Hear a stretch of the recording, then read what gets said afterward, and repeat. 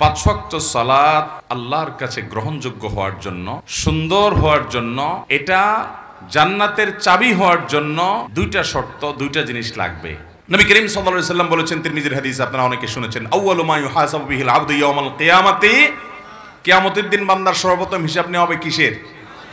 ইবাদতের মধ্যে নামাজের হিসাব সর্বপ্রথম নেওয়া হবে, আর মানুষের পারস্পরিক লেনদেনের মধ্যে মানুষ খুনের হিসাব সর্বপ্রথম নেওয়া হবে। এই হাদিসে নবী সাল্লাল্লাহু আলাইহি সাল্লাম বলেছেন, ফাইন সালুহাত ফাকাদ আফলাহা ওয়া আনজাহ, যদি কারণ নামাজের হিসাবটা ঠিকঠাক মতো সে দিতে পারে তাহলে সে সাকসেস হয়ে গেল, সে পার হয়ে যাবে আখিরাতে, তার আর পাকড়াও নাই, অন্য সব সহজ হয়ে যাবে যদি নামাজটা ঠিক হয়ে যায়। ওয়া ইন ফাসাদা, আর যদি নামাজের হিসাবটা গড়বড় ধরা পড়ে, ভেজাল ধরা পড়ে, ফাকাদ খাবা ওয়া খাসির, তাহলে এই ব্যক্তি আর সামনে আগাতে পারবে না, ধরা পড়ে যাবে। যে একজন মুসলমানের নামাজ সুন্দর হওয়ার জন্য দুইটা জিনিস লাগবে। কয়টা জিনিস? আমার সাথে বলতে হবে, কয়টা জিনিস লাগবে? পাঁচ ওয়াক্ত সালাত আল্লাহর কাছে গ্রহণযোগ্য হওয়ার জন্য, সুন্দর হওয়ার জন্য, এটা জান্নাতের চাবি হওয়ার জন্য দুইটা শর্ত, দুইটা জিনিস লাগবে। একটাকে বলা হয় খুশু, আর একটাকে বলা হয় খুদু। খুশু মানে হলো নামাজের ভেতর, আর খুজু মানে হলো নামাজের বাহির। বাহির এবং ভেতর এই দুইটা যদি আপনি সুন্দর করতে পারেন ভাইরা আমার, আপনি সেই নামাজি হতে পারবেন যে নামাজির নামাজ তাকে দুনিয়ার সকল মোহ ভুলিয়ে আল্লাহমুখী করে দেয়, যে নামাজির নামাজ তাকে জান্নাত পর্যন্ত নিয়ে ছেড়ে দেয়, যে নামাজির নামাজ তার জান্নাতের চাবির ভূমিকা অবতীর্ণ হয়, যে নামাজির নামাজ আল্লাহর সঙ্গে তার মেহরাজের ব্যবস্থা করে দেয়, যে নামাজির নামাজ আল্লাহর সাথে মুনাজাত এবং কানাঘুষার তৌফিক এনে দেয়, যেই নামাজের নামাজ আল্লাহর সবচেয়ে নিকটে নিয়ে যায়, সেই নামাজি হতে হলে, সেই সালাত আদায়কারী হতে হলে, সেই মুসল্লি হতে হলে দুটি জিনিস লাগবে। একটা হলো খুশু, আরেকটা হলো খুদু। একটা হলো সালাতের বাহির, আরেকটা হলো সালাতের ভেতর। আমরা সাধারণত সালাতের ভেতর নিয়ে আলাপ আলোচনা শুনি এবং সেটার গুরুত্ব যে অপরিসীম সেটা বলাই বাহুল্য। আল্লাহ কোরআনে বলেছেন 18 নম্বর পারার সূরা মুমিনুন প্রথম সূরার প্রথম দিককার আয়াতে আল্লাহ বলেছেন, ক্বাদ আফলাহাল মুমিনুন আল্লাযীনা হুম ফি সালাতিহিম খাশিউন।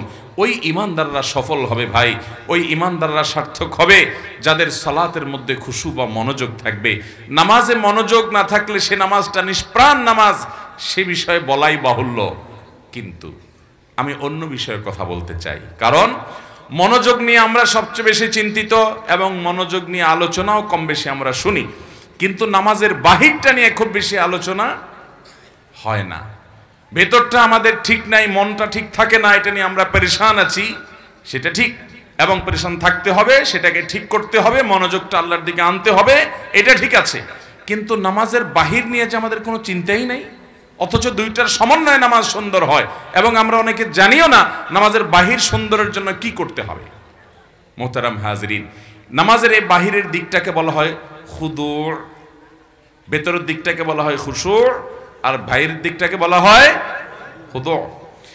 এই নামাজের খুজু যেটা বাহিরের দিক, এই দিকটা যদি আপনার ঠিক না হয়, ভালো করে কান খাড়া করে শুনে রাখেন, আপনার নামাজ পর্যন্ত বাতিল হতে পারে, নষ্ট হতে পারে, ফাসেদ হতে পারে, নামাজ হবে না, হবেই না আইনগতভাবে, ওই নামাজ আবার পড়া লাগবে, এরকমও হতে পারে যদি বাহির ঠিক না থাকে।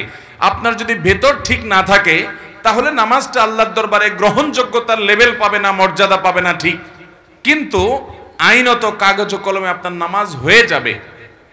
মনোযোগ যদি আপনার না থাকে তাহলে নামাজ কি ভেঙে যাবে? কথা বুঝেন নাই? নামাজ ভঙ্গের কারণগুলোর ভিতরে মনোযোগ না থাকা, এরকম কিছু শুনছেন? কিন্তু নামাজে তাড়াহুড়া করার কারণে, নামাজের যে খুশুর পাশাপাশি খুজু যেটা, সে খুজু রক্ষা না করার কারণে এমনও হতে পারে যে আমার সালাত হয়ই নাই, হবেই না, আবার পড়া লাগবে, এমনও হতে পারে। কিন্তু আমরা বেশিরভাগ মুসল্লিরা এই সম্পর্কে খুব একটা আমাদের জানাশোনাও নাই, আলোচনাও নাই, সব ঘুরে ফিরে আমরা খুশুর দিকেই যাই। হ্যাঁ ঠিক, খুশু তো থাকতেই হবে, কিন্তু মনে রাখবেন, আপনি যদি খুশু 100 ভাগ ধরে রাখার চেষ্টা করেন, হয়তো 80 ভাগ, 70 ভাগ, 90 ভাগ, কেউ 50 ভাগ, কেউ হয়তো 20 ভাগ, কম বেশি, এরকম আপনি খুশু ধরে রাখতে পারবেন। আপনি শতভাগ নামাজে মনোযোগ কখনো পরিপূর্ণভাবে ধরে রাখতে পারবেন। নামাজের মধ্যে নামাজের বাহিরের দিকে মন চলে যেতে পারে, আমাদের উচিত হলো সেটাকে সাথে সাথে ধরে নিয়ে আসা। আমাদের নবী করিম সাল্লাল্লাহু আলাইহি সাল্লাম একবার ইমামতি করছেন মসজিদে নববীতে।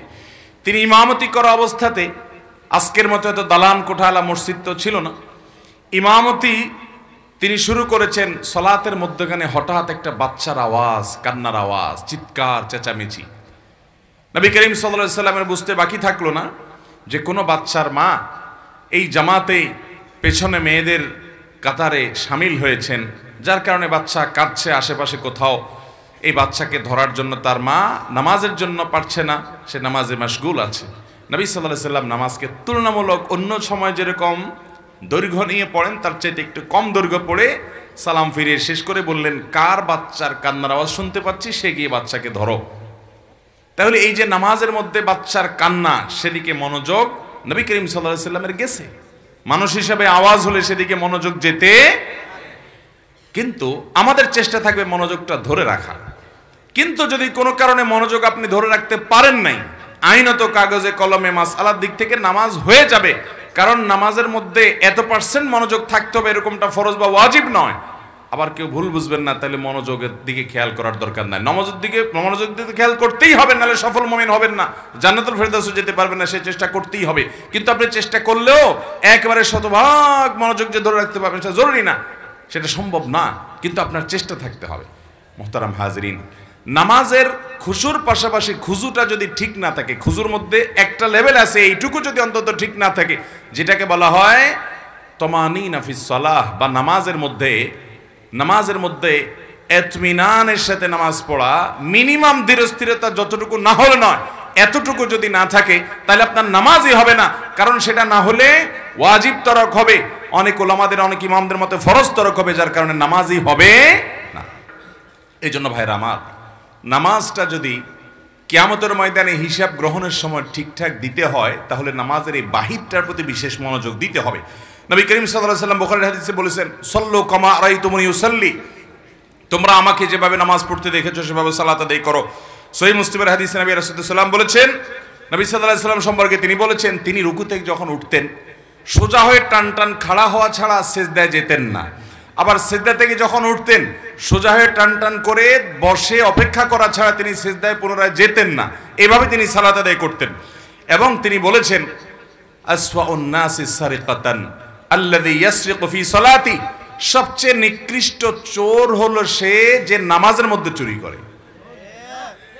জিজ্ঞাসা করল, ইয়া রাসূলুল্লাহ, এটা আবার কোন টাইপের চোর? আমরা তো বিভিন্ন চোরের কথা শুনছি, গম চোর, টিন চোর, গরু চোর, বিভিন্ন রকমের চোর আছে, তাই না? নামাজ চোর এটা আবার কোনটা? নবী আলাইহিস সালাম বলেছেন, নামাজ চোর হলো ওই ব্যক্তি যে ব্যক্তি তার রুকু সিজদার ক্ষেত্রে চুরি করে, ঠিকমতো করে না, ঠুসঠাস করে না, কোনো রকম তাড়াহুড়া করে দেয়, এই হলো নামাজ চোর। নবী আলাইহিস সালাম বলেছেন, এই চোর হলো সবচেয়ে নিকৃষ্ট চোর। চোরদের মধ্যে আবার খারাপ চোর নামাজ চোর। এই নামাজ চোর আমাদের এই মজলিসেও বা আমাদের এই স্টেজেও আমরা অনেকেই আসি। আল্লাহ আমাদেরকে বাঁচার তৌফিক দান করুন।